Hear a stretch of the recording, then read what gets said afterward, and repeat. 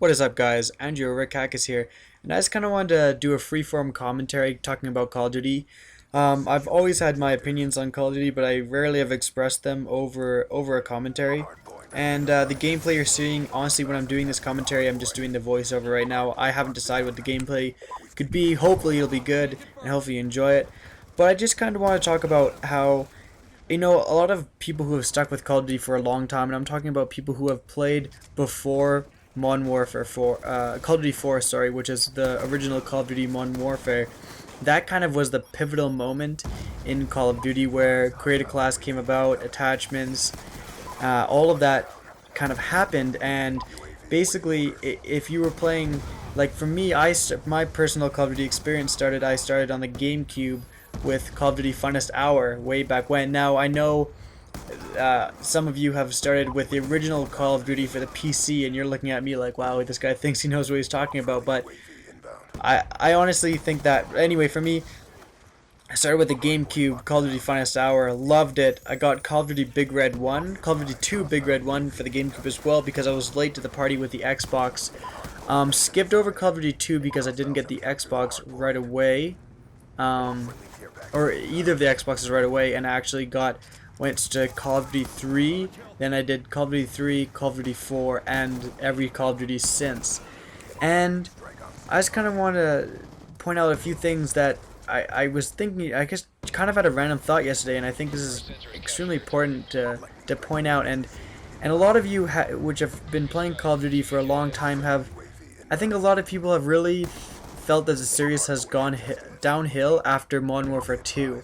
Modern Warfare 2 seems to be like the pivotal moment in the franchise in a lot of people's minds, where like Call of Duty 4 was a golden egg. Like no one can touch it. No one can say anything wrong about Call of Duty 4. It's thought of as almost like a perfect game, which I'm not even going to disagree with. It's still, if you go and play Call of Duty now with there's like 600 people online for Xbox, you will often get a better connection than you will playing the newest of the Call of Duties, playing Black Ops 2, which is frankly unbelievable and astounding. And like it almost doesn't make sense how something can go downhill like from there. Like I don't remember playing Call of Duty 4. I don't remember there being lag. I don't remember there being like lane compensation. That wasn't even a thing in my mind. I just remember playing and having fun, and like Call of Duty 4 was my jam. I was so good at that shit. I played constant ground war because again the connection was amazing. And like I think my record was I went 82-3 one time in ground war TDM.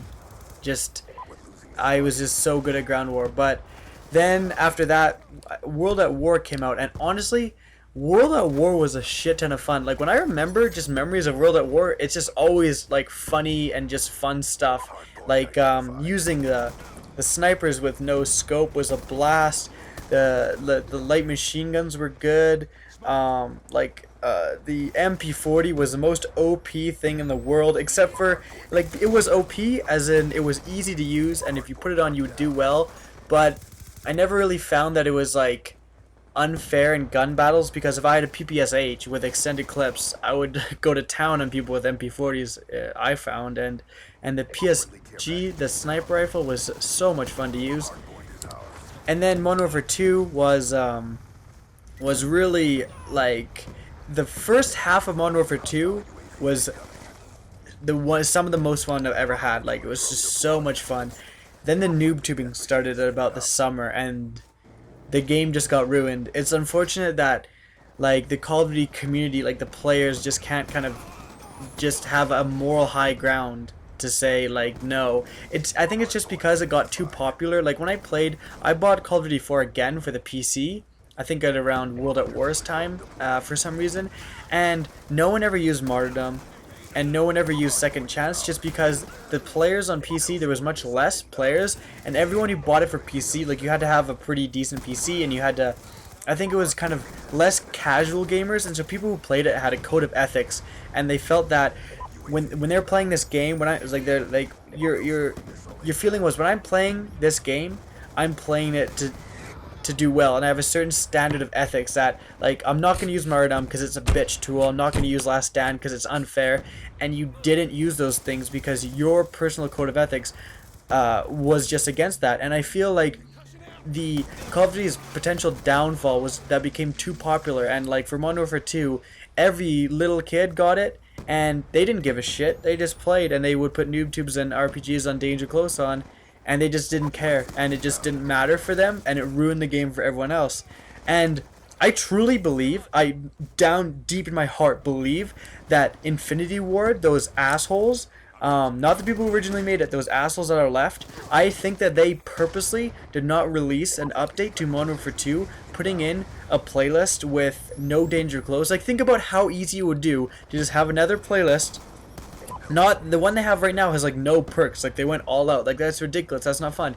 Have a playlist where it's no Danger Close, no Commando, and then it's a mix between Team Deathmatch and Domination. That's all I ask. Would you not play that? If that was a game type, I would be playing Modern Warfare 2 right now. I honestly think that the reason they didn't do that update is so that people would play Modern Warfare 3, because they knew that Modern Warfare 2 was like infected with noob tubers, and they want people to play Modern Warfare 3 and Black Ops. So I honestly think if they weren't concerned about money, I think they would have released that update, and their sales for Modern Warfare 3 and also Black Ops would have been a lot less. I truly believe that. But another pivotal point happened after Modern Warfare 2 that's extremely important to note, is that stopping power got taken away. And after Modern Warfare 2, like in Modern Warfare 2, you could survive with a 3-bar easily. You could play with it. I played with 3 bars all the time. 3-bar I thought was a good connection. I would rarely get 4 bars, and when I did, it was like, oh cool, whatever.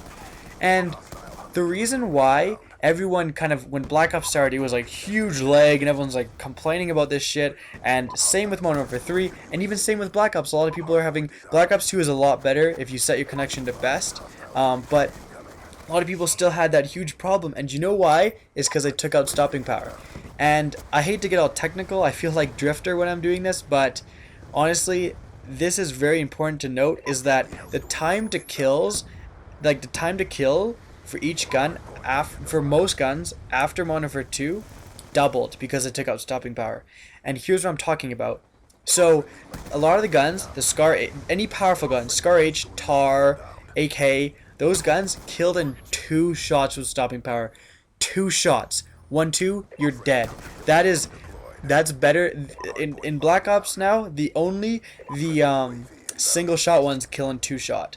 So think about fully automatic guns that had a pretty decent fire rate were killing in 2 shots. And even some of the light machine guns. I know the very first light machine gun, the L886 or whatever, the very first light machine gun in Modern Warfare 2, it has a 100-round clip, has a huge fire rate, it kills in 2 bullets. That's unbelievable. The damage output in that thing is just so high. And do you know why that you've noticed lag and everything? Is because the damage was so high for all the guns that it would just fight through the lag. It didn't matter if I was around a 3-bar, because if I started shooting first, the damage output would be so high that it would just cut through the lag, and it wouldn't even matter. And here's what I'm talking about the time to kills doubling, is that Call of Duty guns, when you press the trigger, the bullet that comes out isn't even a bullet, it's a laser, and it's an instant kill. When you press the trigger, a bullet will instantly travel to wherever you're shooting and hit marker a guy, okay? And when you see rounds per minute in Call of Duty, it's actually not calculated the total rounds per minute. Rounds per minute in Call of Duty is calculated by the time between shots.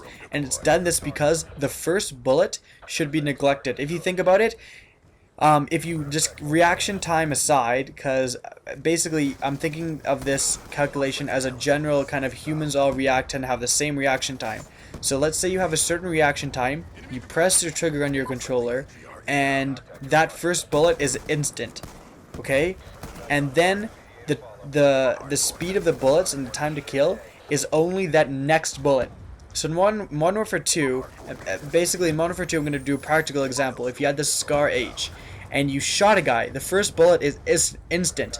The time to kill is from this first bullet, then you have the the how fast a gun fires. So let's say the Scar H is like 700 rounds per minute. You take 700 and 60 divided by 700. Now I don't have, actually I can do that calculation right here. I do have a calculator right beside me.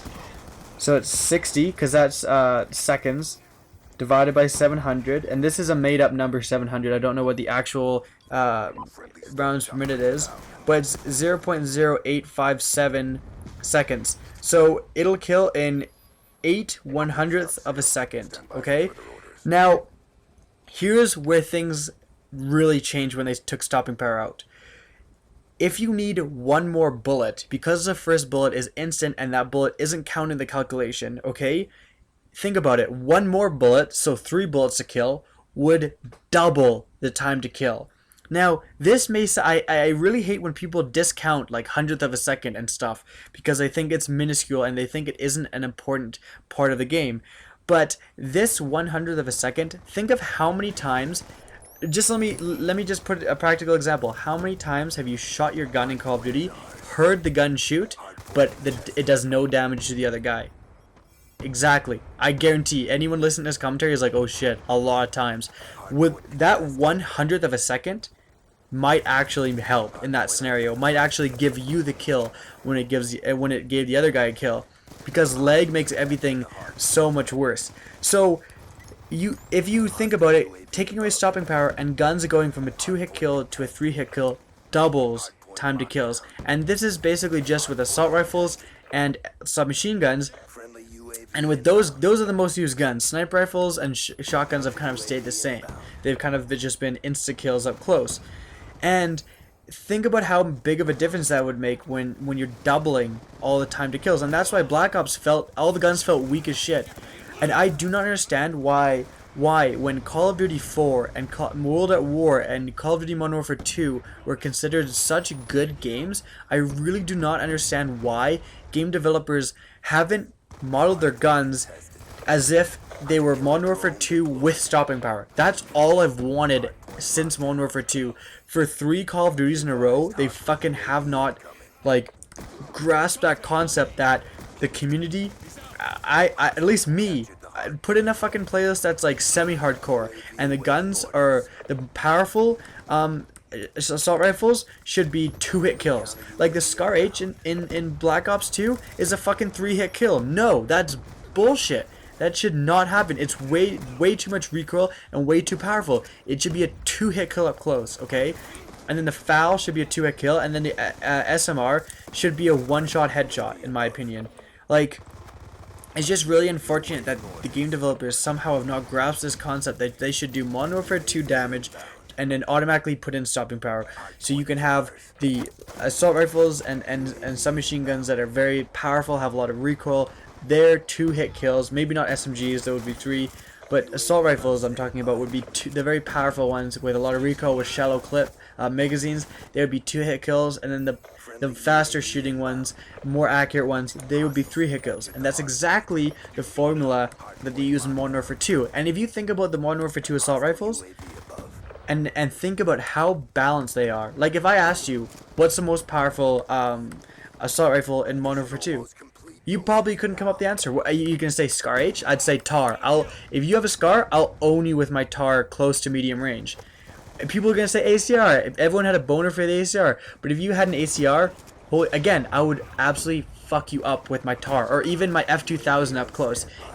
I would like feed on guys who had ACRs. They thought they were the shit until me and my AK or my F2000 would come close range and just demolish them. They wouldn't have a chance. But then again, I'm not saying the ACR is a bad gun. The ACR is a goddamn sniper rifle. Like, that thing was amazing. Every assault rifle in Modern Warfare 2, with the exception of the F2000, I loved it, but a lot of people couldn't handle it. They couldn't handle the recoil and stuff, and so it would kind of fell to the bottom. But every other assault rifle other than that was so perfectly balanced, it was unbelievable. Like, each one was good. And you honestly can't pick a best. And that formula, that winning formula of having the powerful ones 2-shot to kill and the less powerful ones 3-shot to kill, has never been replicated. And that's why every Call of Duty since the SMGs have been a little too powerful, and there's just been issues with balancing, and that's why. It's because it needs to have that 2-shot or 3-shot balance for the assault rifles. That'll make everything perfect. Unfortunately, I don't know. I honestly don't know what to do. I'm liking Black Ops 2. It should, if Black Ops 2 would have released after Modern Warfare 2, that would have been a proper sequel. Even though it's from a different developer, I think you know what I mean. But I don't know. I'm sick. I can't fight it anymore. Call of Duty is what it is. I do like Black Ops 2 though, but I don't think any developer is just going to get it in their head that they need to put stopping power back in the game in secret. I don't think that should be a choice, because it kind of did ruin the choice system because everyone had to choose it. But what can you do? So I hope you enjoyed this commentary and the gameplay, whatever I decide it's going to be. And as always, have a nice day.